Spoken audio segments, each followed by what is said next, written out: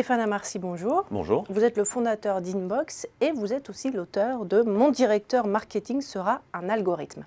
Alors, dans votre livre, vous évoquez une exploitation insuffisante de l'intelligence artificielle et du big data.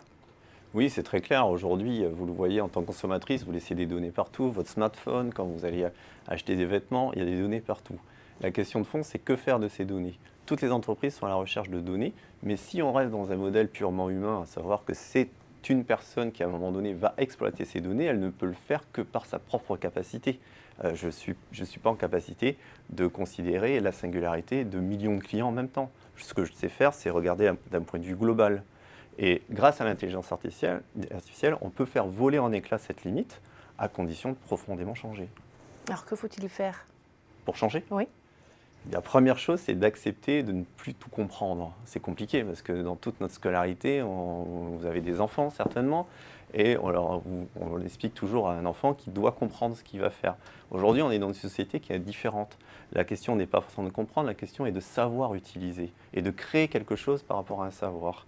Je vous donne un exemple très concret.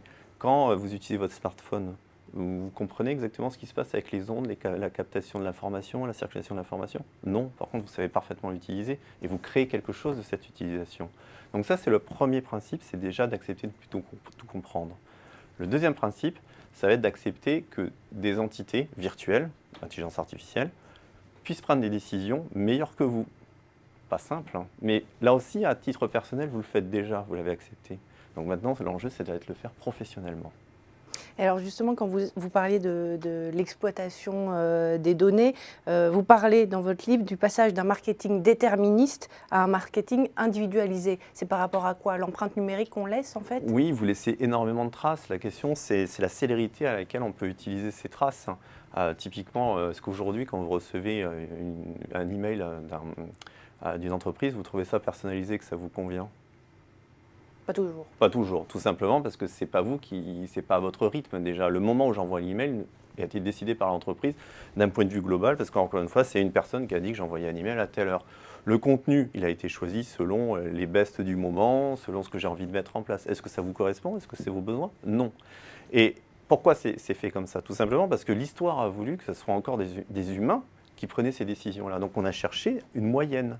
Donc je regarde ce qui se passait, je me dis la tendance c'est plutôt le bleu aujourd'hui, alors je vais parler de bleu. Aujourd'hui non, on est en capacité grâce à toutes les données que vous laissez et grâce à l'intelligence artificielle de regarder la singularité de chaque consommateur. Donc je vous connais parfaitement. Je sais par exemple que vous aimez bien les vestes noires. Eh bien je vais vous parler de ça. Et uniquement de ça, et je sais que vous êtes disponible le vendredi soir pour regarder vos emails, je vais vous envoyer un email le vendredi soir. Et je sais que c'est plutôt dans telle plage de prix, et qu'en même temps que les vestes, c'est par exemple un pantalon qui vous intéresse. J'ai cette information-là. Pourquoi ne pas l'utiliser? Tout simplement parce que, humainement, je ne sais pas le faire encore une fois. Donc il faut accepter que la machine le fasse à sa place. Complètement. C'est le seul futur possible pour les marketeurs. Mais ça pose un peu la question d'une intrusion dans la vie privée aussi des consommateurs. C'est un petit peu vertigineux comme principe à accepter. Certes, c'est pour ça qu'il y a la RGPD en Europe. Le choix du législateur a été très fort, puisque les données vous appartiennent. Donc à partir de ce moment-là, vous êtes libre d'accepter ça ou pas, cette démarche très individualisée ou pas, d'utilisation de vos données.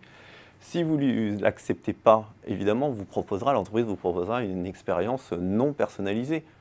Maintenant, charge à l'entreprise de vous vendre le fait que vous acceptiez de lui confier ces données et qu'elle vous propose en retour une expérience personnalisée. Merci Stéphane Amarcy. Merci.